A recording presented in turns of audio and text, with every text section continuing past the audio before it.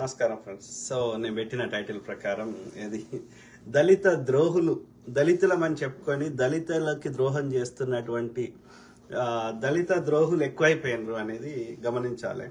ఎందుకంటున్నా అంటే ఇప్పుడు ఈ యొక్క పైసలకు లొంగేవారు ఉంటారు అన్ని కులాల్లో ఉంటారు, కానీ దళితులలో మరీ ఎక్కువైపోయింది వెనకటి నుంచి. ఎందుకో నాకు తెలీదు, అంటే నేను గమనించిన కాడికి మరి వెనకటి నుంచి సపరేషన్ చేయడం వల్లనో కారణం ఏదైనా సరే మిగతా కులాలతో పోలిస్తే దళితులలో దళిత నాయకులం అని చెప్పుకునేవారు ఈజీగా అమ్ముడు పోతున్నారు అనే దానికి ఇప్పుడు ఎగ్జాంపుల్స్ ఒక పెద్ద పెద్దోళ్ళు కూడా అది వాళ్ళ యొక్క సిద్ధాంతాలను మార్చుకుంటున్నారు.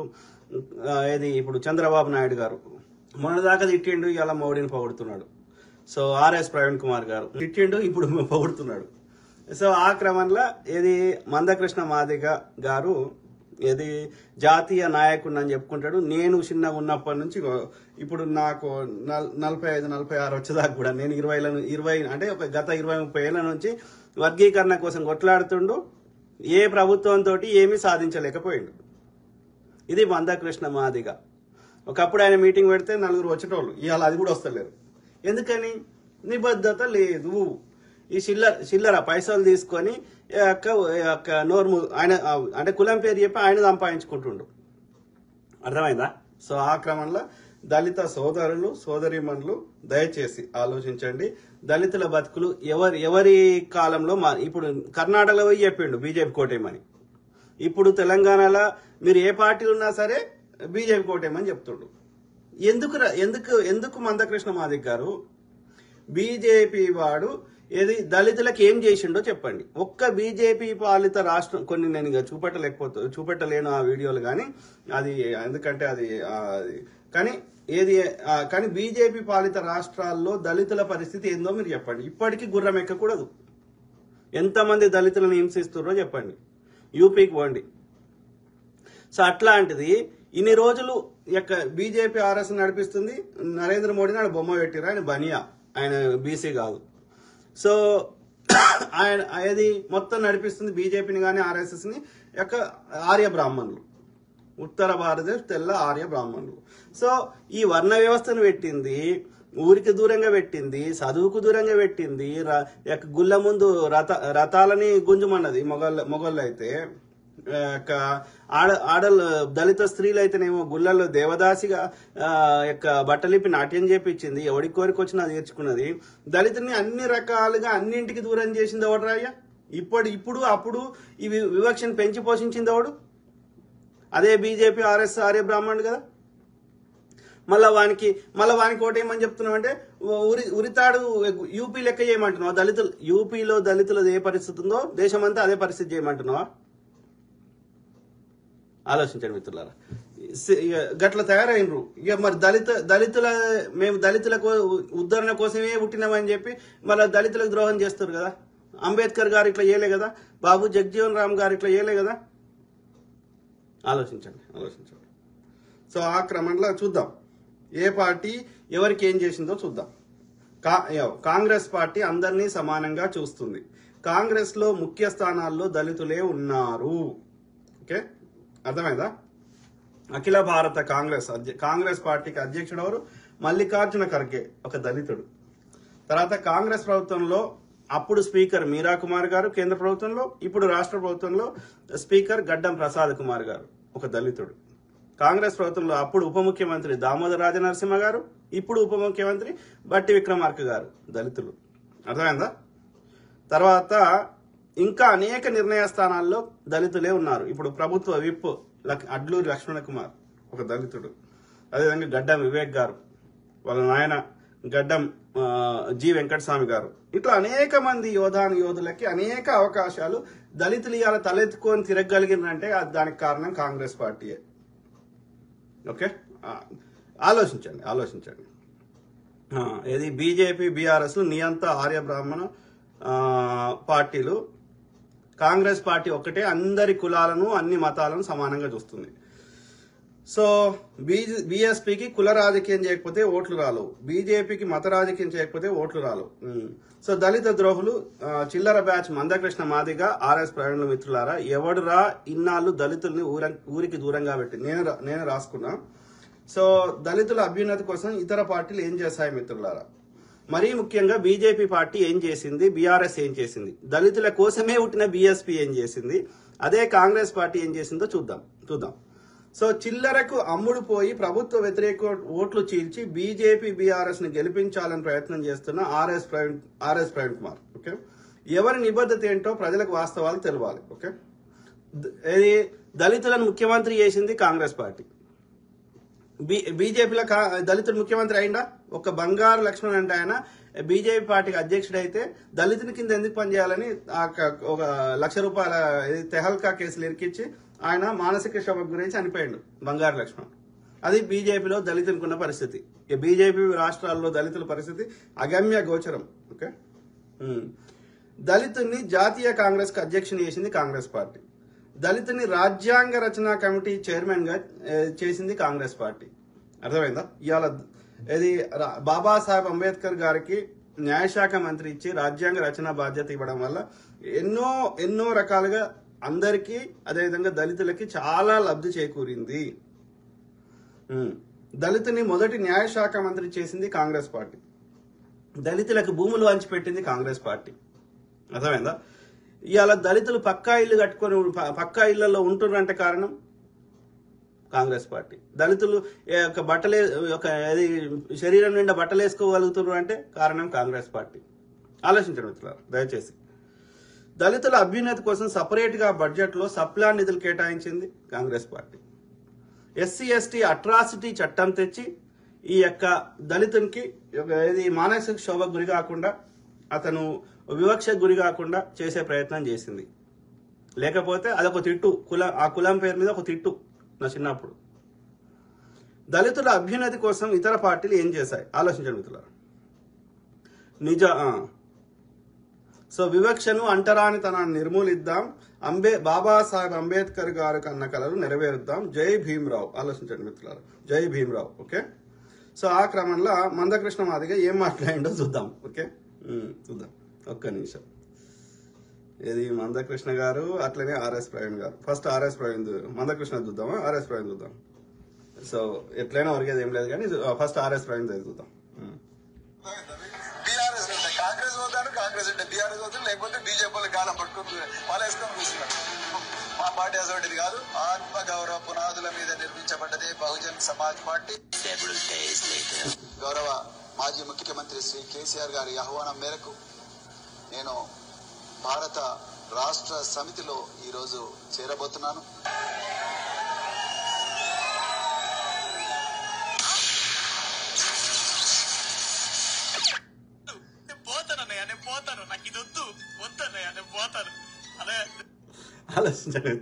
ఆలోచించండి. ఓకే, సో ఇప్పుడు ఇన్ని రోజులు మరి ఎందుకు తిట్టినావు ఆర్ఎస్ ప్రవీణ్?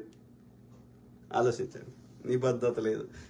వీళ్ళు ఈ దళితులకు ఏం న్యాయం చేస్తారా? వీడిని పైసలు తీసుకొని వీడు బాగుపడు తప్ప దళితుల పేరు చెప్పి. అంబేద్కర్ గారు అట్లా చేయలేదు. ఆలోచించండి.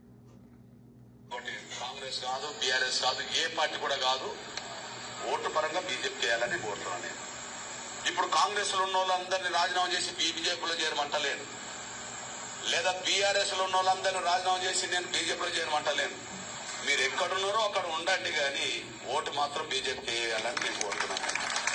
అది మీకోసం కాదు, మీ బిడ్డల భవిష్యత్ కోసం అనేసి నేను మర్చిపోతాను సైనంగా కోరుతున్నాను. నేను వాళ్ళని రాజీనామా చేసి వచ్చి బీజేపీకి ఏమంటలేను నేను, కానీ ఎక్కడున్నా జాతి బిడ్డల ఇంటున్నారా. ఎట్టి పరిస్థితుల్లో కర్ణాటక రాజ్యంలో ఉండబడే మాదిగలు ఓటేసేటప్పుడు పిల్లల భవిష్యత్తు గురించి ఆలోచించుకోవాలని, షెడ్యూల్ కులాల వర్గీకరణ జరిగితేనే మాదిగ పిల్లలకు చదువుకునే అవకాశాలు వస్తాయని, మాదిగ పిల్లలకు జాబ్స్ ఉద్యోగాలు వస్తాయని, వర్గీకరణ జరగనంత కాలం మాదిగ బిడ్డలకు భవిష్యత్తు ఉండదని విషయం గ్రహించి వర్గీకరణ చేసే పార్టీగా బీజేపీని చూడాలని, కాంగ్రెస్ మనల్ని మోసం చేసిందని, మళ్ళా కాంగ్రెస్ అధికారం గురించి అది మోసం చేస్తుందని మిత్రులారా. సో బీజేపీ పార్టీని వర్గీకరణ చేయంగా ఎవరు ఆపుతున్నారు? 10 ఏళ్ల నుంచి ఎవరు ఆపారు? కాంగ్రెస్ ఆపిందా? ఆలోచించండి కదా. సో వర్గీకరణ ఇప్పుడు బీసీ మొన్నది మహిళలకు రిజర్వేషన్ అన్నాడు 33%. వచ్చిందా? ఎప్పుడు వస్తుందో అది దానికి, ఎందుకంటే జనాభా లెక్కలకు లింక్ పెట్టిండు. ఆ జనాభా లెక్కలు చేయడు, 2021లో చేస్తలేడు. సో ఇప్పుడు మహిళలకి 33% ఉందా? లేదు. బీజేపీ చేసేది జుమ్లా. మనకి మండల్ కమిషన్ ద్వారా రిజర్వేషన్ కోసం కొట్లాడుతుంటే అద్వానీ రథయాత్ర స్టార్ట్ చేసినోడు, ఈ యొక్క ప్రభుత్వ రంగ సంస్థలన్నీ ఉంటే అందులో రిజర్వేషన్ అమలవుతుంది అని చెప్పి మొత్తం ప్రభుత్వ రంగ సంస్థలను ఎత్తేసినోడు, 3% ఉన్నటువంటి బ్రాహ్మణులకి 10% రిజర్వేషన్ ఇచ్చినోడు ఈబీసీ కింద. వాడంట వర్గీకరణ చేస్తాడంట. ఎవడాపిండు? 10 ఏళ్ల నుంచి ఎవడాపిండు? కర్ణాటక ఎన్నికలైనప్పటి నుంచి ఇప్పటివరకు ఎవడాపిండు?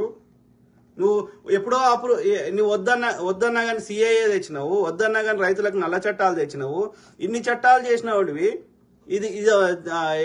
ఇది వర్గీకరణ ఎప్పుడో చేసేది ఉండే. చెయ్యడు రా అయ్యా. మోడీకి అనవసరం.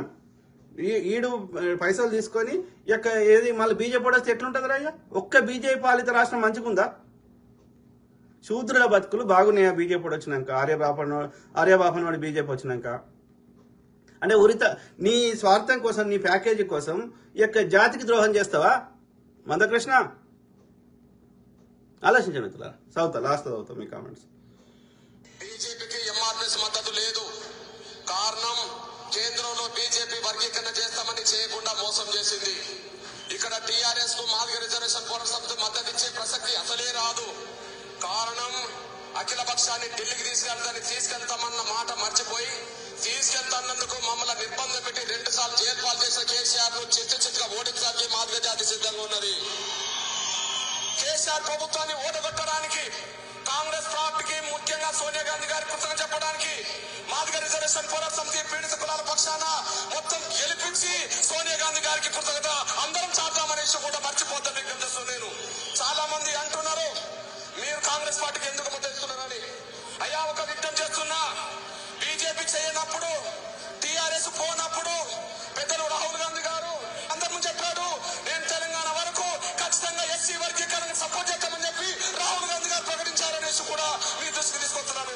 చంద్రశేఖరరావు చేతిలో దళితులు గిరిజనులు మోసపోయింది కాబట్టి జనాభా దామాషా ప్రకారం ఎస్సీలకు 18%, అదేవిధంగా ఎస్టీలకు 12% రిజర్వేషన్లు పెంచే విధంగా ఈ రోజు కాంగ్రెస్ పార్టీ నిర్ణయం తీసుకున్నది. అదే విధంగా ఎన్నో రోజుల నుంచి మా మాదిగ సోదరులు ఏబిసిడి వర్గీకరణ కోసం పోరాటం చేస్తున్నారు. ఏబిసిడి వర్గీకరణ చేసి మా మాదిగ బిడ్డలకు న్యాయం చేసే విధంగా ఈ రోజు కాంగ్రెస్ పార్టీ సభలో నిర్ణయం తీసుకున్నది.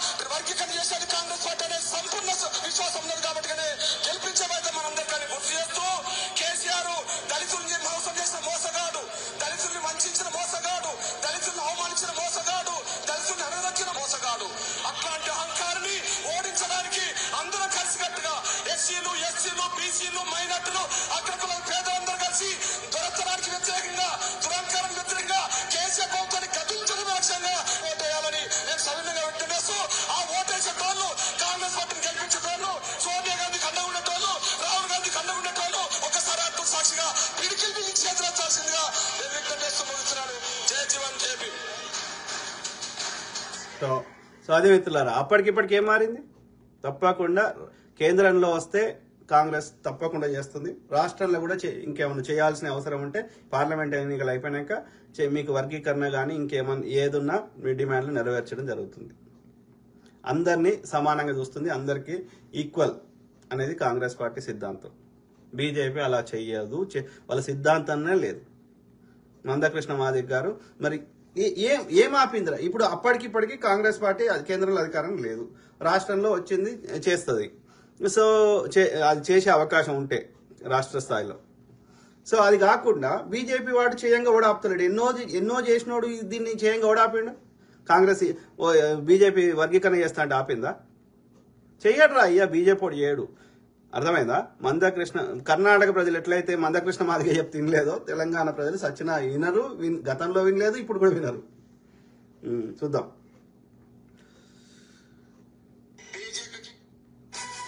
సో అట్లనే మిగతా దళిత నాయకులు కూడా వాళ్ళు చెప్పింది చూడండి. ఇప్పుడు దళితులలో అగ్రగణ్యుడు గద్దరన్న కదా, గద్దరన్న ఏం చెప్తున్నా విందాం.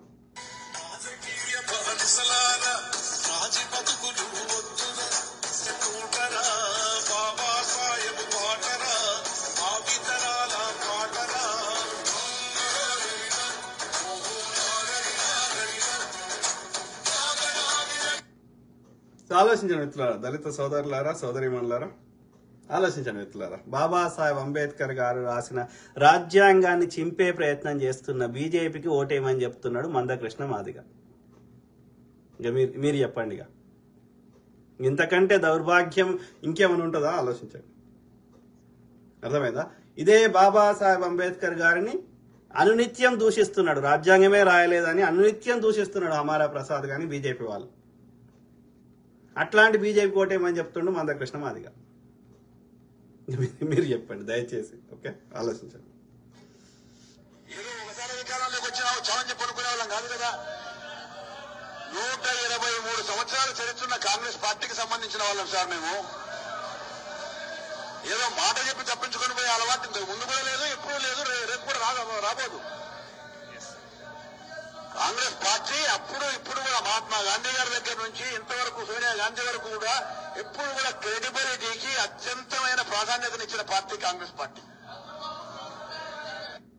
విను మందకృష్ణ మాదిగ గారు, వినండి, అర్థమైందా? సో ఇది డాక్టర్ వైఎస్ రాజశేఖర రెడ్డి గారు. ఇంకా ఆయన నిబద్ధత నువ్వు శంకించినావంటే నువ్వు మనిషివి కాదు. ఆలోచించు మందకృష్ణ మాదిగ గారు. ఇంతకు ఇంట్లో ఎవరికంటే తెలుసు అన్ని అవును ఇందిరామనే చేసిందా? అవును కేసీఆర్ ఇట్లా రాలే కేసీఆర్ ఏ నసుది పుట్టినరోజు అడగా మరి కేసీఆర్ కావచ్చు ఇక్కడికి కావచ్చు. అర్థమైందా? సో ఇది కాంగ్రెస్ చరిత్ర. నరేంద్ర మోడీ కట్టించిన ఆవాస్ యోజన కింద కట్టించిన ఒక్క ఇల్లు మీకు వచ్చిందా చెప్పండి? ఎవరైనా సరే, దళిత సోదరులైనా సరే, సోదరిమణుల అయినా సరే, ఎందుకోటేమంటున్నావు బీజేపీకి మందకృష్ణ మాదిగ గారు?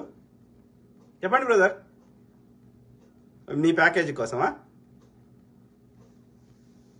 చరిత్ర డెఫినెట్లీ సోనియా గాంధీ గారి దయ వల్లనే తెలంగాణ వచ్చింది. అది కాదంటే వాళ్ళు మూర్ఖులైతే తప్ప మంచులు ఎవరు కాదు. బుద్ధి ఉన్న వాళ్ళు, విజ్ఞత ఉన్న వాళ్ళు దాన్ని అంగీకరిస్తారు. అందువల్ల సోనియా గాంధీ గారికి తెలంగాణ రాష్ట్ర ఏర్పాటు చరిత్ర ఎవరు ఎప్పుడు రాసిన అధ్యక్షుడు వారి పేరు రాస్తారు, అందులో అనుమానం లేదు. తప్పే ఉన్న పెట్టినప్పుడు తప్పలేదు, లేదు నథింగ్ రాంగ్. కనీస మర్యాద తెలంగాణకు సంస్కారం ఉంది. అర్థమైందా? ఇస్కా కాయా ఉస్కా కాయా. అది సో అది పరిస్థితి. ఇది కాంగ్రెస్ లేకపోతే, కాంగ్రెస్ ఇవ్వకపోతే ఇంకా 100 ఏళ్ళైనా తెలంగాణ వచ్చేది కాదు. అది కేసీఆర్ గారే చెప్తున్నారు, ప్రతిపక్ష నాయకుడు, కాంగ్రెస్ యొక్క వ్యతిరేకించేవాడే. బీజేపీ ఓటు ఇచ్చేది ఉంటే ఒక ఓటు 2 రాష్ట్రాలని కాకినాడలో తీర్మానం చేసినప్పుడు, ఏది 3 రాష్ట్రాలు వాజ్పేయి గారు ఇచ్చినప్పుడు తెలంగాణ ఇస్తే అయిపోతుండే కదా, అప్పుడే గొడవ కాకపోతుండే. సో బీజేపీ జుమ్లా పార్టీ, చెప్పేదానికి చేసేదానికి పొంతన ఉండదు, వారికి దోపిడీ తప్ప ఇంకోటి లేదు అనేది మనం గమనించాలి. ఇన్ని ఎగ్జాంపుల్తో సహా చెప్తున్నా, ఆలోచించాం మిత్రులారా. 64 సంవత్సరాలలో జరిగిన అభివృద్ధి, 64 సంవత్సరాలలో చేసిన అప్పులు మీరు పోల్చుకోండి. 9 ఏళ్లలో జరిగిన అభివృద్ధి ఏంటి?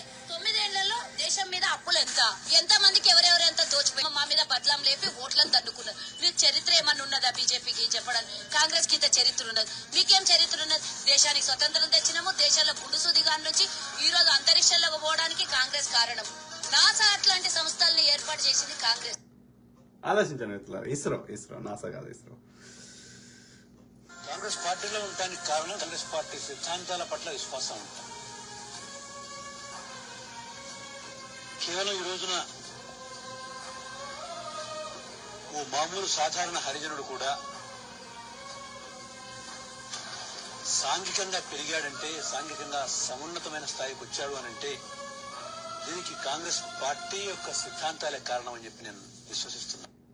ఆలోచించండి మిత్రులారా.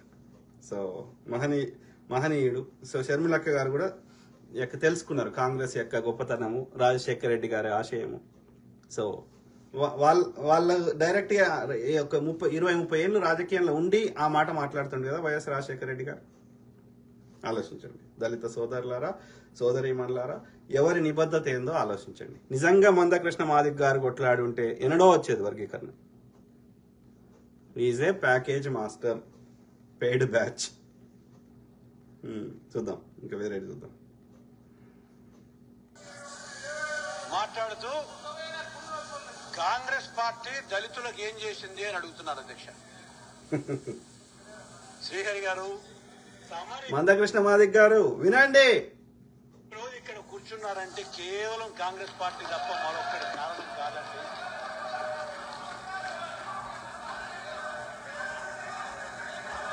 మీరు ఇవాళ మంత్రి అయ్యారంటే కాంగ్రెస్ పార్టీ తప్ప మరొకరు కారణం కాదండి. ఈ రోజున అధ్యక్ష ఎవరికి ఓటేశారు? మరి ఎందుకు కాంగ్రెస్ ఓటేశారు? మంచి పనులు చేసింది కాబట్టి ఇప్పుడు అయ్యే వేసుకోవాలని సొంతంగా ఖాళీ. మాకు ఇంతవరకు ఉండేది కూడా ఇందిరాగాంధీ ఖాళీ అండి. ఇందిరమ్మ ఇచ్చిన ఖాళీ, మాకెవరు ఇండ్లు ఇచ్చిన వాళ్ళు లేరు. ఈసారి కేసీఆర్ సీఎం అవుతారా మళ్ళీ? అర్థమైందా? సో వాళ్ళకి ఎవ్వరు చెప్పలే కదరా అయ్యా, వాళ్ళేం పెయిడ్ బ్యాచ్ కాదు కదా, వాళ్ళ గుండెల్లో నుంచి వస్తున్న మాటలు అవి. సో నువ్వు బీజేపీ మందకృష్ణ మాదిక్ గారు చెప్పండి, బీజేపీ ఏం చేసిందో చెప్పండి. ఏ రకంగా అవుతాడు? పేదోళ్ళు ఏమాత్రం ఇచ్చిండు? ఏ రకంగా అవుతాడు? కాడు. పథకాలు వస్తున్నాయా? కేసీఆర్ పథకం లేదు, కరువు పనిగా లేదు, కరువు పనిగా లేదు, ఒక్క రూపాయిగా లేదు. రేషన్ బియ్యం వస్తుందా? కేసీఆర్ వల్ల ఏసీ వల్ల అస్సలు లాభమే లేదు. దళిత బంధు వచ్చిందా? అస్సలు రూపాయి లేదు. సిగ్గుందా మందకృష్ణ? వినో తోటి దళిత బిడ్డలు ఏమంటారో. అన్ని కేసీఆర్ రేషన్ బియ్యం 10 కేజీలు కూడా రాట్లా. మోడీ బియ్యం 5 కేజీలు ఎత్తాడు. పసదార పోయింది, ఉప్పు పోయింది, పప్పు పోయింది, కారం పోయింది, అన్ని బంద్ చేసి ఉన్న బియ్యం కూడా బంద్ చేయండి. 5 నెలలు కంట్రోల్ బియ్యం బంద్ అయ్యి 5 నెలలు అయింది. కంట్రోల్ బియ్యం కూడా బంద్ అయింది. మోడీ బియ్యం 5 కేజీలు ఇస్తాడు. ఈసారి కాంగ్రెస్ పార్టీ అధికారంలోకి వస్తుందా? బ్రహ్మాండంగా వస్తుంది. ఓట్లేస్తారా కాంగ్రెస్ పార్టీ? ఏమన్నా వేస్తాం కాంగ్రెస్ ఓటు. ఏడ గుద్దమన్నా గుద్దుతాం. కేసీఆర్ నిలబెట్టి వేస్తాం ఓటు. అంత ఆడ తిరగాడే కదా ఆడ. పువ్వు గుర్తుందని తెలుసా? పువ్వు గుర్తుందని మాకు ఏ గుర్తులో తెలుసా? చేయ గుర్తు ఒకటే. మా చేయ గుర్తు ఒకటే, ఏ గుర్తు అదే. ఆ రోజుల్లో ఇక అండి మా చిన్నతనంలో మా ఇంత పిల్లలప్పుడు గొర్రెలు ఇచ్చిండు సోడు కొని ఇంద్రం ఇల్లు కట్టించింది ఆమెనే. ఆనాని అవస్థ కదా, ఆనా నుంచి ఇంద్రం ఇచ్చిన ఇల్లే. ఇంద్రం పెట్టిన ఏమనగలే. ఈ బైబాసులు ఒకటే బొర్ర తిరిగి సావని బైబాసులు పెట్టండు. ఇటు వచ్చాడు గుద్దుకొని సత్తారు అంతే. చిన్న రోడ్లు అప్పుడే ఏ యాక్సిడెంట్లు కాలే, ఒక్కరు కూడా చాలు. ఇప్పుడు బాగా సత్తారు జనం. అర్థమైందా మిత్రులారా? జి వెంకటస్వామి గారు అడిగినరని చెప్పి ఒక్క హైదరాబాద్ లోనే 75 లక్షల గుడిసెలను తీసి పక్కా ఇల్లు కట్టించింది ఇందిరమ్మ. అది మోడీ ఏం కట్టించాడు? చరిత్ర మీద బురదలుడు తప్ప, అన్ని అబద్ధాలు ప్రచారం చేసాడు తప్ప, హిందూ ముస్లిం అని గొడవలు పెట్టడు, చరిత్ర మీద బురదలుడు, కాంగ్రెస్ మీద బురదలుడు తప్ప. 10 ఏళ్ల నుంచి నీ అధికారం నుండి నేను ట్యాక్సులు కట్టుకుంటా, కాంగ్రెస్ ని తిడితే ఏమొస్తుందిరా?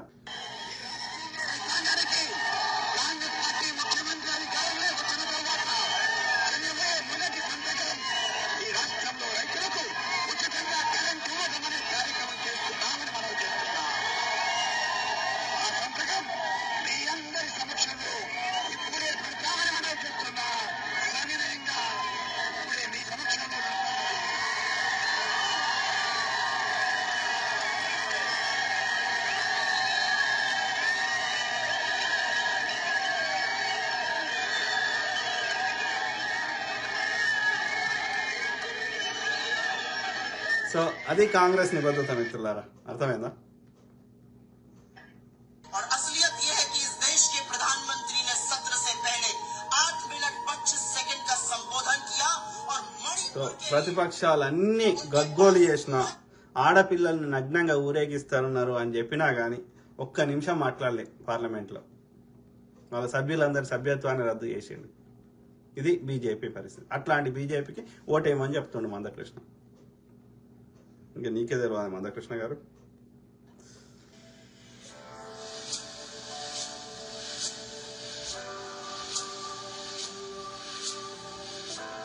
సో ఎన్ని ప్రాజెక్టులు కాంగ్రెస్ కట్టినాయి? కల్వకుర్తి, భీమా, నెట్టెంపాడు, నాగార్జున సాగర్, శ్రీశైలం, కడెం రావినారాయణ రెడ్డి ప్రాజెక్టు, మానేరు ప్రాజెక్టులు, ఎల్లంపల్లి ప్రాజెక్టు, శ్రీరామ్ సాగర్ ప్రాజెక్టు, దేశం లెవెల్లో అయితే హీరాకుడు, భాక్రానంగల్, దామోదర్ వ్యాలీ, ఇంకా అనేక ప్రాజెక్టులు ఉన్నాయి. నీటిపారుదల, మోడీ కట్టిన ఒక్క నీటిపారుదల ప్రాజెక్ట్ పేరు చెప్పండి. అట్లాంటి మోడీ కోటి ఏమని చెప్తుండు మందకృష్ణ. బతుకు. ఉచిత current doctor YS Rajasekhara Reddy గారే ప్రారంభించిన అధ్యక్ష. మేము చేసాం, మేము చెప్పాం, మేమంటే డబ్బా ఒప్పుకోం. వాస్తవానికి ఉచిత కరెంటు వ్యవసాయానికి ప్రారంభించింది వైఎస్ రాజశేఖర రెడ్డి గారు.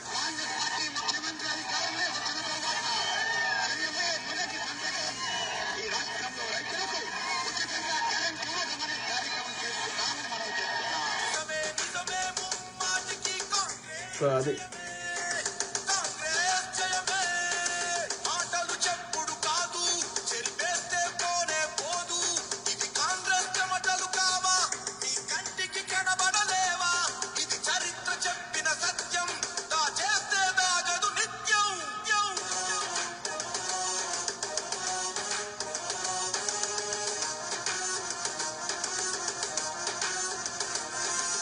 ఆలోచించండి. ఇట్లా ఎవరి నిబద్ధత ఏందో. ఓకే, దయచేసి. రేపు ముఖ్యమంత్రి అయితే మీరు మొట్టమొదటిగా పెట్టేటువంటి సంతకం దేని మీద? అనవసరమైన సమస్యలు సృష్టిస్తున్నాను మీరు. నేను ముఖ్యమంత్రి అవుతున్నా అని చెప్పానా? రాజశేఖర రెడ్డి గారి పాదయాత్ర టైంలో మేము అధికారంలోకి వచ్చిన మొదటి సంవత్సరంలోనే చిన్న పిల్లలకు సంబంధించిన గుండె ఆపరేషన్లు చేయించమని చెప్పి ఒక పెద్ద ఊరేగింపు చేశాడు మందకృష్ణ మాదిగ. ప్లీజ్ మినిస్టర్ గారు, ఆయనకు కూడా 12 సంవత్సరాల వయసున్న పిల్లలందరికీ చేయించాలని చెప్పి ఊరేగింపు చేశాడు. ఆయన ఆ విధమైన ఊరేగింపు తీస్తూనే 12 వినండి మిత్రులారా. సో అట్లా చెప్తే ఇమ్మీడియట్ గా చేయించడం జరిగింది. ఒక సామాన్యులకు కార్పొరేట్ వైద్యం అనేది ఒక అందని ద్రాక్ష ఆ రోజులలో. సో ఆ కళను సాకారం చేసింది కాంగ్రెస్ పార్టీ. మరి ఇవన్నీ మందకృష్ణ మాదిగ గారు ఎట్లా మర్చిపోయినరో, ఎందుకు బీజేపీ కోటేయమంటారో ఆలోచించండి.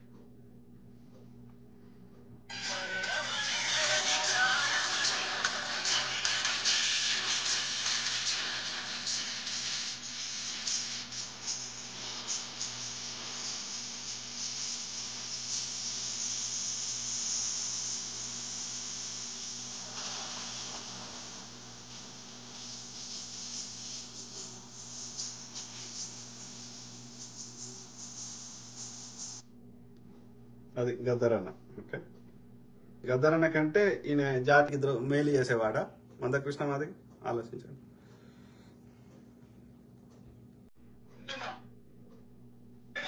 మీకు సత్యమే చెప్తున్నా, సత్యం ముందు సత్యమే చెప్తున్నా. మీరు మా కేసీఆర్ ప్రభుత్వాన్ని దించేస్తామని చేతులెత్తి కొట్టండి. ప్రతి రోజు దిస్తాం, దించేస్తాం, దించేస్తాం, దించేస్తాం, దించేస్తాం, దించేస్తాం, దించేస్తాం, దించేస్తాం, దించేస్తాం. అర్థమైనా మిత్రులారా? ఒకవేళ మీరు నిజంగానే రాజకీయం చేయాలనుకుని ఉంటే నేను ఇప్పుడు చెప్తున్నా, అంగిలాగుతో కూడా కేసీఆర్ వాపసు పోకపోతుండే గద్దరాన్ని ఇక్కడ నుంచి. ఎల్బీ స్టేడియంలో డ్రాయర్ కూడా ఉండకపోతుండే కేటీఆర్ కు నేను అనుకుని ఉంటే. కానీ విఘ్నత ప్రదర్శించిన, కోటి తప్పులు చేసిన, శిశుపాలు లాగా 100 నేరాలు చేసిన గద్దరన్న కాళ్ళకు దండం పెట్టుకుంటే కనీసం ఈ దుర్మార్గుల పాపాలు కొన్నేళ్ళ కడుక్కోవడానికి అవకాశం ఇద్దాం. గద్దరన్న కాళ్ళకు దండం పెట్టడానికి వచ్చినప్పుడు మనం వద్దనొద్దు అని ఊరుకోబట్టి కేసీఆర్ కు బట్టలు మిగిలినాయి, కేటీఆర్ కు డ్రాయర్ మిగిలింది. నేను ఒకవేళ అక్కడ నిలబడి ఎత్తొస్తావురా అంటే తండ్రి కొడుకులకు గుడ్డలు కూడా ఉండకపోతుంది. తెలంగాణ సమాజం అంతా చిర్రెత్తుకొని ఉండే అక్కడ. కానీ మనం విఘ్నత ప్రదర్శించాల్సిన సందర్భం. గద్దరన్న మరణం ఇంకొక దానికి దారి తీయొద్దు అని మేము మాట్లాడుకున్నాం. కుటుంబ సభ్యుల నుంచి మేధావుల వరకు కొంతమంది కొట్లాడిందంటే పాలకులకు వ్యతిరేకంగా. పాలకులు ఇచ్చే అధికారిక లాంఛనాలు మనకెందుకని చర్చ జరిగినప్పుడు కూడా సూర్యం ఒక మాట అన్నాడు, అన్నా ఎవరన్నా ఉండని ఎట్లనన్నా ఉండని ఏ జెండా ఉండని ఏ మనిషి ఉండని గద్దరన్నం చూడడానికి వచ్చినప్పుడు మనము విజ్ఞత ప్రదర్శించాలని గద్దరన్న కొడుకు గొప్ప మాట చెప్పింది. అందుకే ఎర్ర జెండా, పచ్చ జెండా, నీలి జెండా, గులాబీ జెండా ఏ జెండోడు వచ్చినా గద్దరన్న కాళ్ళకి దండం పెట్టుకుంటే కనీసం వాడికి జ్ఞానోదయం అవుతుందని చెప్పి ఎవరికి చిన్న ఇబ్బంది జరగకుండా వీలైనంత మేరకు అందరినీ గద్దరన్నను సందర్శించుకునే ఏర్పాటు మేము చేసినాం. ఎల్బీ స్టేడియం గేట్ ఎట్లా తెరుచుకున్నాయి, ఎట్లా తెరిపించాల్సి వచ్చింది, ఎల్బీ స్టేడియంలో కూర్చొని ఎట్లా ఏర్పాట్లు చేయాల్సి వచ్చిందో ఈ పార్టీ ఎమ్మెల్యేలని ప్రభుత్వాన్ని మళ్ళీ అధికారం ఇచ్చారు కేసీఆర్. నీ ఇష్టంతో చేయలే, నీ తప్పని పరిస్థితుల్లో నువ్వు చేసినావు. అర్థమైనా ఇస్తున్నారా? గద్దరన్న గౌరవార్థం గద్దరన్న బిడ్డకి టికెట్ ఇచ్చారు. ఆలోచించండి. హాస్పిటల్ ఈ ఇన్సిడెంట్ జరిగినప్పటి నుంచి రేవంత్ అన్న ప్రతిదీ కోఆర్డినేట్ చేశారు. అండ్ ఎక్కడ కూడా మీరు చూడండి, రేవంత్ అన్న కాంగ్రెస్ పార్టీ కదా అని చెప్పి కాంగ్రెస్ జెండా తీసుకురా రేవంత్ అన్ననే కోఆర్డినేట్ చేశాడు మొత్తం. గద్దర్ గారు చనిపోయినప్పటి నుంచి కూడా ఎస్, ఎల్బీ స్టేడియంకి వెళ్ళడం కానీ ప్రతిదీ నేను ఒకటే చెప్పిన, ఎల్బీ స్టేడియం ఆర్ ఇల్లు అనే దానికి ఇద్దరం. ఇప్పుడు ఆ ఇన్సిడెంట్ జరిగింది, నేను అసలు షాక్ లో ఉన్నా. మనం నెక్స్ట్ ప్రోగ్రామ్ పోవాలి, నేను అక్కడనే ఉంటే సరిపోదు కదా సార్. సో నెక్స్ట్ ప్రోగ్రామ్ పోవాలి, ఎట్లా చేద్దాం సూర్యం మరి అంటే నేను అన్న నిజాం కాలేజ్ కానీ ఎల్బీ స్టేడియం కానీ మాట్లాడదాం అన్నా, లేదంటే కార్యక్రమం యాక్టివ్ ఉంది అంటే అది కావు సూర్యం, అవి డిఫెన్స్ పోయి అక్కడికి వెళ్ళి రావాలి. ఇది నిజాం కాలేజ్, ఇది కూడా ఓకే అయితే నేనన్నా అన్న ఎల్బీ స్టేడియం బెటర్ ఉంటుందేమో అని అన్నా. అయితే సరే అని చెప్పేసి ఇమీడియట్ గా మాట్లాడాడు. మేము ఇంటికే పోతున్నాం, యాక్చువల్గా ఇంటికే రావాలి, కానీ మధ్యలో ఇంకో మిత్రుడు ఏం చెప్పిందంటే ఇక్కడ అప్పటికే 5,000 మంది ప్రజలు వచ్చేసారు. సో ఇక్కడ కష్టం అవుతుంది అంటే అప్పటికప్పుడు డైవర్ట్ చేసుకున్నాను, నేను ఫ్యాక్టరీ నుంచి డైవర్ట్ చేసుకుని ఎల్బీ స్టేడియం అన్న. మరి ఇప్పుడైతే అలా ఎట్లా పర్మిషన్ అంటే నేను ఉన్నా కదా, తాళాలు ఇవ్వకపోతే లోపలికి పోతాం, ఎవడు అడుగుతాడు మనల్ని, ఎవరది అన్న ఇట్లే అన్నాడు మొత్తం. అంటే నన్ను ఎక్కడ లో చేయలేదు, గట్టి నిలబడ్డాడు, ప్రతి ఒక్కరిని లైన్ లో వెళ్ళిపోయాడు. కమిషనర్, డీజీపీ, హోమ్ మినిస్టర్ మొత్తం ప్రభుత్వాన్ని కలిగించేసినారు రేవంత్ రెడ్డి గారు. కొండంత ధైర్యాన్ని ఇచ్చారు. డెఫినెట్లీ అది 100%. ప్రతిదీ రేవంత్ అన్న ఆ టైంలో మీకు ఎంత హిమ్మత్ అనిపిస్తుంది సార్ అలా చెప్పేవారికి? అవన్నీ కూడా ఫోన్లు జల్దీ ఓపెన్ చేస్తా అది అని చెప్పేవారికి. ఇక అన్న ఉన్నాడు కదా, నాకు ఎందుకు నేను ఆలోచన చేయాల్సిన పని లేదు. ఇప్పుడు ఏదో చిన్న ఇన్సిడెంట్ అయింది, ఏదో ఒకరు పోతుడు, ఏదో పడ్డాడు అనుకో, డాక్టర్ దగ్గర పోయినప్పుడు అరే ఏం లేదబ్బా నేను చూసుకుంటా, నువ్వు మర్చిపో అంటే నువ్వు పెయిన్ మర్చిపోతావు. అవునా? అట్లనే రేవంత్ అన్న నాకు ఇచ్చిన ధైర్యం అంటే ఆయన నిలబడ్డాడు కదా, ఒకటేనాడు నేను లేనా సూర్యం అన్నాడు. రేవంత్ అన్న ఈ రోజు ఇట్లా కూర్చొని మాట్లాడగలుగుతున్నాం అంటే కూడా అన్న ఉన్నాడు కాబట్టి. అర్థమైందా మిత్రులారా? ఎవరు జెన్యూను, ఎవరి నిబద్ధత ఏంది, ఎందుకు మందకృష్ణ గారు బీజేపీ ఓటు ఏమంటారు అనేది ఉరితాడు తెచ్చి దళితులకి లెక్క చేస్తాడా దళితుల బతుకులు అనేది ఆలోచించమని ఇది అన్ని చూపెట్టే ఉద్దేశం. ఓకే, ఏదైతే వైఎస్ రాజశేఖర రెడ్డి గారు అధ్యక్ష మంచి పని చేసిన మంచి అధ్యక్ష 108 అంబులెన్స్ ఏదైతే పెట్టినారో అద్భుతంగా పనిచేసింది అధ్యక్ష. వైఎస్ రాజశేఖర రెడ్డి గారు ముఖ్యమంత్రి ఇచ్చిన పథకం ఆరోగ్యశ్రీ పథకం. It's a very good scheme, definitely very good scheme. Rajasekhara Reddy గారు pro farmer, pro poor, pro rural ఆ ఇమేజ్ బాగా ఉండేది. హోమ్ మినిస్టర్ రావడానికి అన్న ప్రపోజల్ తోనే సోనియా గాంధీ గారు యాక్సెప్ట్ చేసి ఉంటారు. కాబట్టి 100% ప్రతి స్టెప్ లో ఈరోజు చేయవెళ్ళాలంటే సవితం అనేటట్టు పేరు వచ్చిందంటే ఖచ్చితంగా Rajasekhara Reddy. Favourite politician from Congress Rajasekhara Reddy.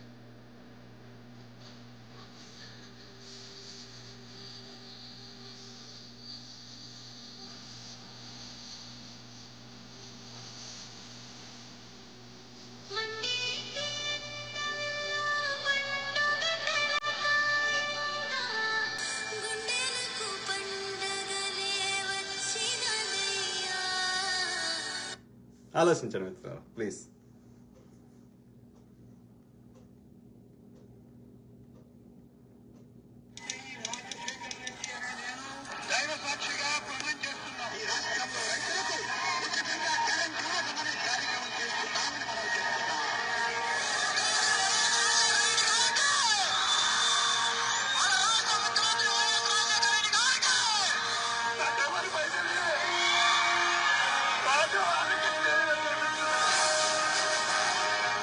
ఎన్ని జన్మలున్నా వైఎస్ రాజశేఖర రెడ్డి గారు రుణం తీర్చుకోలేనేమో.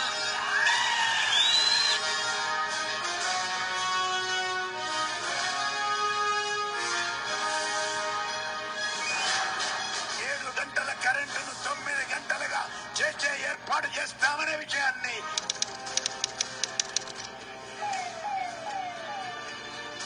ఆ గ్రామంలో ఉన్న సమస్యలు ఏమిటి, ప్రజలతో నేరుగా ఇంటరాక్షన్.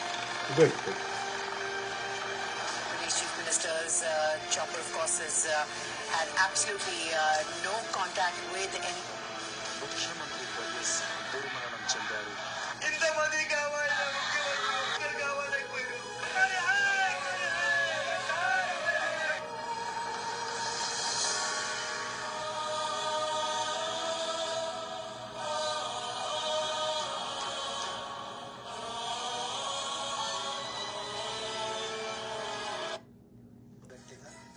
చేతనైన కాడికి మనం పని సీరియస్ గా కాంగ్రెస్ తో కలవాల్సిందే, కానీ మనం పొత్తు పెట్టుకుందాం చేద్దామని ఒక మాట ఆయన అన్నాడు.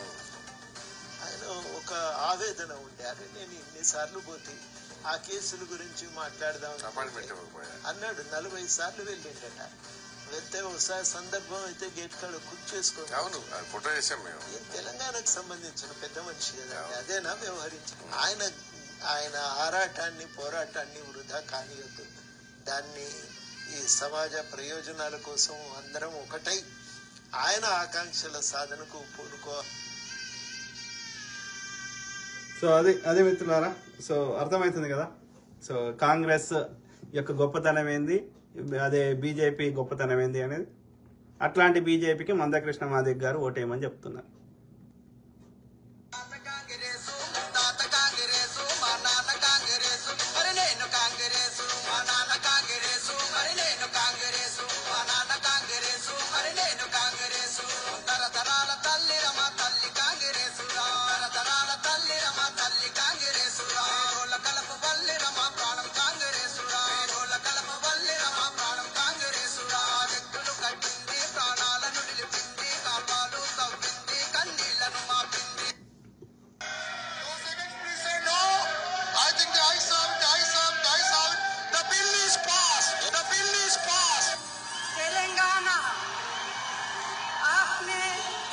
अपने सपनों को पूरा करने के लिए 7 साल लंबा इंतजार किया.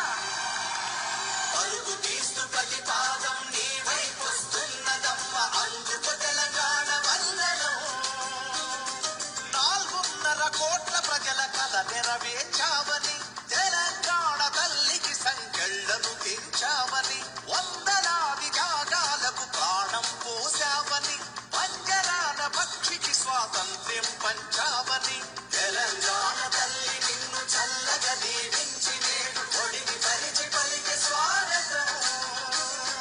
60 ఏళ్ల ఆకాంక్షకు ఆయువు పోసిన తల్లి అందుకు తెలంగాణ వందే. జై తెలంగాణ, జై కాంగ్రెస్. ఇందిరాగాంధీ గవర్నమెంట్ చేసింది. ఇందిరాగాంధీ ఉన్నప్పుడే ఇల్లు ఇచ్చింది, నాకు భూమి ఇచ్చింది, రైతు పేదలకు ఇల్లు కట్టించింది, 700 రూపాయలు ఇచ్చింది. అప్పుడు కేసీఆర్ చాలా చేసినట్టు. కేసీఆర్ ఏం చేయలేదు, ఎవరు అన్నాడు, అదే అంత నిజాయితీ అంత పేదోళ్ళు వాళ్ళే అంత నిజాయితీగా చెప్తున్నారంటే అర్థం చేసుకునే వాళ్ళు చేసుకుంటారని ఆశిస్తూ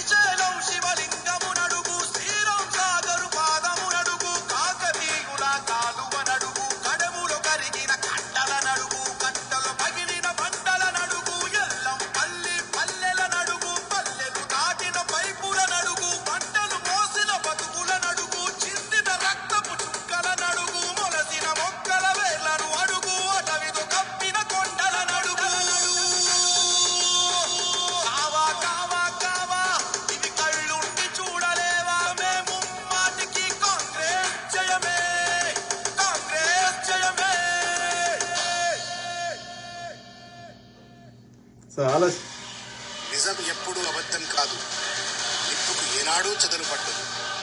జై తెలంగాణ. సో ఆలోచించండి ఇట్లా.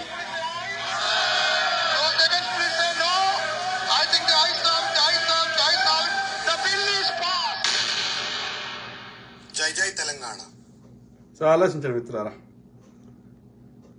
ఇంతకుముందే సార్ నేను నా చాంబర్లో కూర్చొని వింటున్నా సార్, నా చాంబర్లో కూర్చొని వింటున్నా. కాంగ్రెస్ ఏం చేసిందో నేను చెప్తా. నాగార్జున సాగర్ మేం కట్టాం, శ్రీశైలం మేం కట్టాం, కల్వకుర్తి, భీమా, నెట్టంపాడు, కోయిల్ సాగర్, హంద్రి, నీవా, శ్రీరామ్ సాగర్, ప్రాణహిత చేవెళ్ళ, పాలమూరు, రంగారెడ్డి, దేవాదుల ఆయల్ల మేం కట్టాం. ప్రతి ఎకరాకు నీళ్లు వస్తున్నాయంటే, ప్రతి ఊర్లో కరెంట్ ఉందంటే, ప్రతి ఊరుకు రోడ్డు ఉందంటే, ప్రతి ఊర్లో నీళ్ల ట్యాంక్ ఉందంటే, ప్రతి ఊర్లో బడి ఉందంటే మేం కట్టింది. శిల్పారామం మేం కట్టినాం, మెట్రో రైల్ మేం తెచ్చినాం, బస్సు డిపోలు పెట్టి బస్సులేసి ప్రజలకు రవాణా సౌకర్యాలు మేం తెచ్చినాం. ఈ దేశంలో ప్రతి రైల్వే స్టేషన్, అది కాచిపేట కావచ్చు, వరంగల్ కావచ్చు, సికింద్రాబాద్ కావచ్చు, కాచిగూడ కావచ్చు, నాంపల్లి కావచ్చు, రైల్వే స్టేషన్లు మేం కట్టినాం. బిడ్డ లక్షలాది ఇందిరమ్మ ఇల్లు మేమిచ్చినాం. వేలాది కోట్లు రైతులకు రుణమాఫీ మేం చేసినాం. ఫీజు రియంబర్స్మెంట్ పథకం మేం తెచ్చినాం. ఆరోగ్యశ్రీ పథకం మేం తెచ్చినాం. ఉచిత కరెంటు మేమిచ్చినాం. సింతమడతలో గుడి, పడి, నీళ్ల ట్యాంకు మేమే కట్టినాం. అక్కడికి పోదప్ప నేను చూపిస్తాం. మీరు మాట్లాడుతున్న అధ్యక్ష చెప్పండి మిత్రులారా, బీజేపీ వాడు ఏం చేసిండు, బీఆర్ఎస్ వాడు ఏం చేసిండు, ఇద్దరు దోసుకోండి తప్ప. ఆలోచించండి ప్లీజ్. పక్కా ఖడా ఈసారి తగ్గేదే లేదు, పక్కా కాంగ్రెస్ వస్తుంది. తగ్గేదే లేదు పక్కా. తల్లిరా సోనియా మాట ఏంది తల్లి. ఆడిబిడ్డలకు 25,000 నెలకు ఇస్తానంటే ఏంది, జోకులు అనుకుంటారా? 5 లక్షలు ఇల్లు మన అకౌంట్లో. तेलंगाना में टीआरएस की हार तय है, तो फिर कांग्रेस को वोट दीजिए. ఐటీ కూడా చంద్రబాబు నాయుడు పీకింది ఏమి లేదు. నాకు సత్యం తెలుసు కాబట్టి చెప్తున్నాను. I know the hard fact. ఐటీలో ఏం జరిగింది తెలుసానంటే అది వాళ్ళు కాదు, నేను నాకు సత్యం తెలుసు కాబట్టి చెప్తాను. History. Rajiv Gandhi prime minister గా ఉన్నప్పుడు వాళ్ళు సెలెక్ట్ చేసుకొని రాజీవ్ గాంధీ రిక్వెస్ట్ చేసిన, వాళ్ళ దేశ ప్రధాని కాబట్టి, మీ దేశంలో పలానా చోట హైదరాబాద్ అనే సిటీ ఉంది, అక్కడ మేము మా డిజాస్టర్ మేనేజ్మెంట్ మెకానిజం ఇప్పుడు మా సర్వర్స్ పెట్టుకుంటాం, మాకు పర్మిషన్ ఇప్పియండి అని అడిగారు. అప్పుడు అనుకోకుండా ఎన్ జనార్దన్ రెడ్డి గారు ఇక్కడ చీఫ్ మినిస్టర్ ఉన్నారు. ఎన్ జనార్దన్ రెడ్డి గారు చీఫ్ మినిస్టర్ ఉంటే రాజీవ్ గాంధీ జనార్దన్ రెడ్డి గారిని ఢిల్లీకి పిలిపించి, ఇది మంచి అవకాశం, మీరు దీన్ని ఏర్పాటు చేసుకొని మీ ఐటీ మీకు పెరుగుతుంది, మీ సిటీలో మీ ప్రాంతం బాగుందని అంతర్జాతీయ ఐటీ కంపెనీలు అడుగుతున్నాయి, దీన్ని ఛాన్స్ తీసుకుని పెట్టారు దివంగత లే పాపం ఎన్ జనార్దన్ రెడ్డి. ఆయన పునాది వేసిండు ఎన్ జనార్దన్ రెడ్డి. సైబర్ టవర్స్ పునాది చేసింది చంద్రబాబు నాయుడు కాదు. సైబర్ టవర్స్ పునాది చేసింది ఎవరండి? ఎన్ జనార్దన్ రెడ్డి, మాజీ ముఖ్యమంత్రి, వర్గీయ ముఖ్యమంత్రి. ఇది ఫ్యాక్ట్. అర్థమైందా మిత్రులారా? ఎవరు ఏం చేసిండ్రు అనేది వాస్తవాలు బయటపడుతున్నాయి కదా. పంచవర్ష ప్రణాళికలు, వ్యవసాయ విధానాలు, బ్యాంకుల జాతీయకరణ, ఈ కట్టిన నాగార్జున సాగరు, శ్రీశైలము, జూరాల, ఎస్ఆర్ఎస్పి, ఇవన్నీ మీ తాత కట్టినాడు, కాంగ్రెస్ కట్టకపోతే. ఇందిరమ్మ ఇల్లు ఏ ఊరికన్నా పోయి చూడుంటాయి, నీ ఇల్లు ఏ ఊళ్ళు ఉంటాయి చూపెట్టు. ఇది సర్వనాశనమా? 60 ఏళ్ళ దోపిడిని 6 ఏళ్ళలో చేస్తారు కదా దొంగ నా కొడుకులారా మీరు. అర్థమైందా మిత్రులారా? బీజేపీ వాడు కట్టింది ఒక్క ఇల్లు చూపెట్టండి ఏ ఊర్లో కానీ.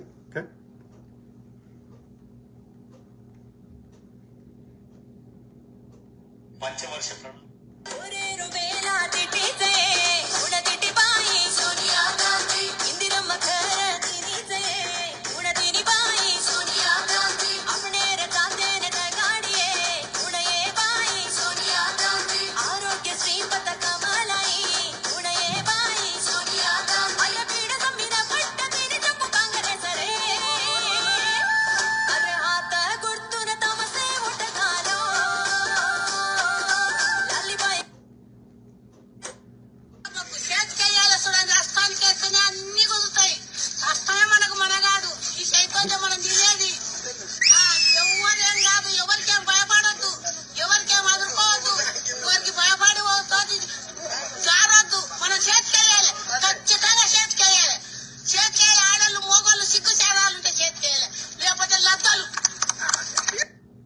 అర్థమైందా? ఆ తల్లులు ఆ తండ్రులు చెప్తుండ్రు అంటే దాన్ని బట్టి అర్థం చేసుకోండి. వాళ్ళు ఊరికే చెప్పారు కదా, వాళ్ళ జీవితం అనుభవం చూసారు కదా. సో ఆలోచించండి మిత్రులారా.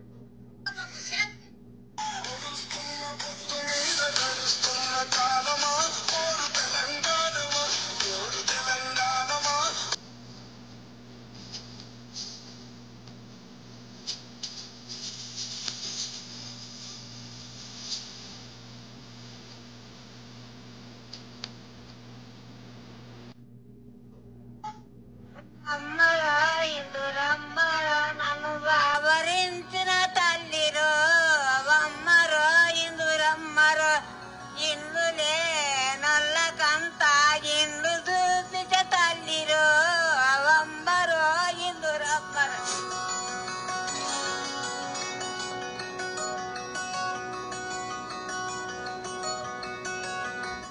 जिसको लैंड नहीं था वो लोगों को लैंड दिया इंदिरम्मा, वो गाने का मतलब है. जिसको घर नहीं है वो घर दिया है वो Indiramma.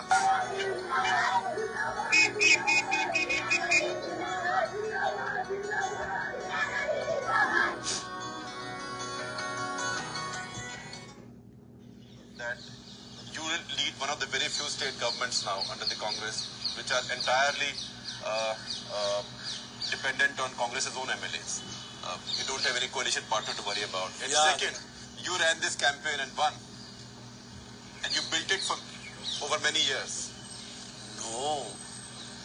The first part is right. We have 190 MLAs. We don't need to depend upon anyone else in Andhra Pradesh. Out of 294, if we have got 191, right. More than 2/3 MLAs we have. But the other part, running the campaign and all that, yes, I did my best. But you know, Congress Party's campaign gets done by every one of us in the state. And of course, our leader is Sonia Gandhi, the President of All India Congress Committee. So the Congress Party, you can't take the credit yourselves. Although I'm sure many of your colleagues would give it to you. No, that's not right. Of course, I, like anyone else in the state, okay, maybe more than anyone else in the state, I might have worked for the party. I did also.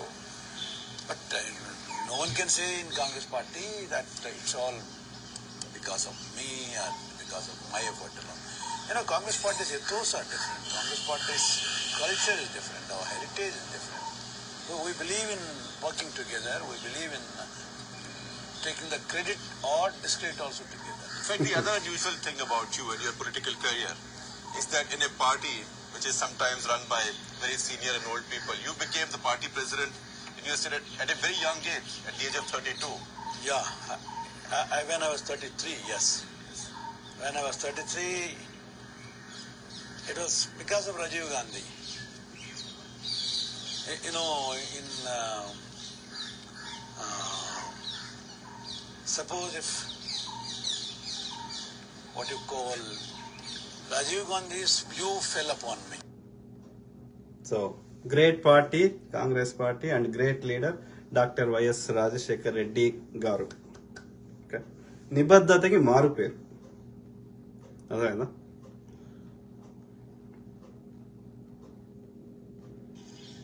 So అదే మిత్రులారా. So I think so అట్లనే doctor Babasaheb Ambedkar గారిని so అన్ని ఉన్నత స్థానాల్లో ఇవ్వడం వల్ల ఇవాళ ఆయన రాజ్యాంగంలో ఆయన సొంత ఆలోచనలు కూడా కొన్ని పొందుపరచడం వల్ల ఇవాళ ఎంతో మంది దళితుల బతుకులు బాగుపడ్డాయి. అట్లనే మిగతా కమ్యూనిటీస్ కూడా బాగుపడ్డాయి. కాబట్టి ఎవరి నిబద్ధత ఏంది? బీజేపీ ఏ కమ్యూనిటీకి ఏం చేసిందో చెప్పండి. బీజేపీ వల్ల మీకు డే టు డే మీ లైఫ్లో మార్పు వచ్చిందో ఒక్కటి చెప్పండి. అట్లాంటి బీజేపీకి, దోపిడీ చేసిన బీజేపీకి, వివక్షను పెంచి పోషించిన బీజేపీకి ఓటేయమని మందకృష్ణ మాదిగ ఎట్లా చెప్తాడు? 10 ఏళ్ల నుంచి వర్గీకరణ చేయంగా మోడీని ఎవరు ఆపేనరు? Same thing with RS Praveen గారు. కులం పేరు చెప్పి దోసుకుంటున్న దొంగల్ని తన్ని ధర్మేద్దామా లేదా? ఏ పార్టీ మీ యొక్క నిబద్ధత ఏంది, ఏ పార్టీ దళితులకు మంచిగా చేసిందో, అన్ని సామాజిక వర్గాలకు మంచిగా చేసిందో, అందరినీ అన్ని కులాల వారిని అన్ని మతాల వారిని సమానంగా చూసిందో దయచేసి ఆలోచించమని నా విజ్ఞత.